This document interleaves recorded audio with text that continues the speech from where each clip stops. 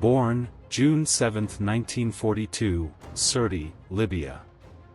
Raised in a Bedouin tent under the scorching Libyan sun, Muammar Gaddafi was a boy of humble origins but burning ambition.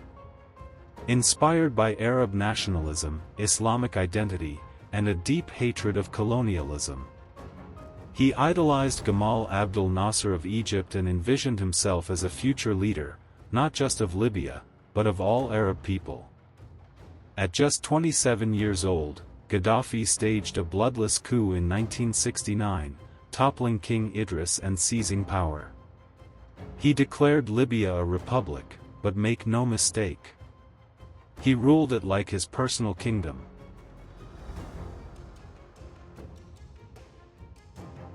Gaddafi didn't call himself president.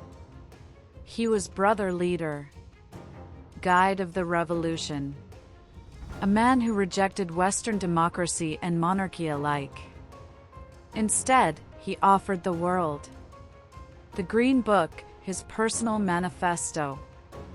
It blended Islamic socialism, anti-imperialism, direct democracy, in theory, and Gaddafi's bizarre, often contradictory philosophies. He renamed the country the Great Socialist People's Libyan Arab Jamahiriya, State of the Masses. In reality, he held absolute power, and Libya became a surveillance state, with brutal prisons, disappearances, and zero freedom of speech.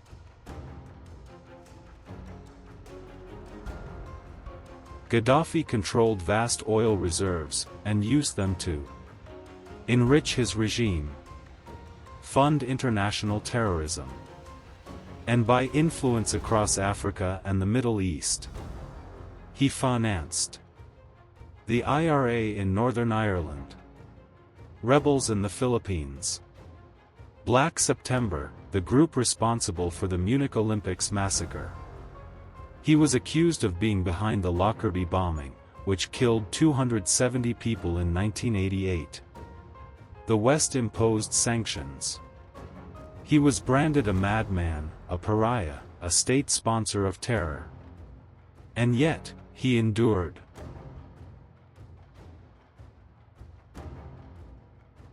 In the early 2000s, under mounting pressure and isolation, Gaddafi made a stunning pivot. He renounced weapons of mass destruction, compensated Lockerbie victims, and began warming up to the West. World leaders once calling for his head were now shaking his hand. Tony Blair, Nicolas Sarkozy, Condoleezza Rice. Even George W. Bush lifted sanctions. Gaddafi was no longer just a despot. He was now a partner in fighting terror and securing oil. Or so it seemed.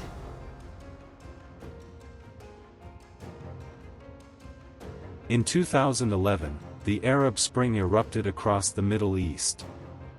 In Libya, protests began in Benghazi, demanding democracy, dignity, and an end to Gaddafi's 42-year reign. His response? We will fight them house to house, alley to alley. He sent in tanks, airstrikes, snipers. The world watched in horror. Then came NATO.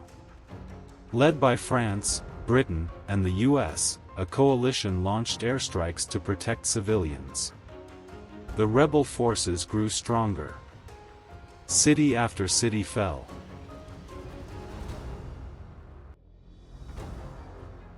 October 20, 2011, Sirte, Libya. Gaddafi was found hiding in a drainpipe, bloodied and disoriented. Captured by rebels. He pleaded. He screamed. But the rage of decades exploded in those final seconds. He was beaten, tortured, and shot. The man who ruled with an iron fist died in the dirt, humiliated, broken, and alone. His death was filmed and broadcast to the world, raw, chaotic, and shocking.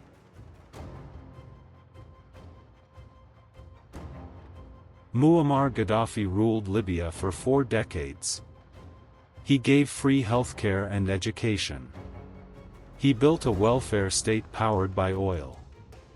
But he also tortured dissidents, crushed all opposition, and kept the nation in fear. To some, he was a visionary. To others, a monster. In the end, his fall left Libya fractured, with warring factions and no clear future.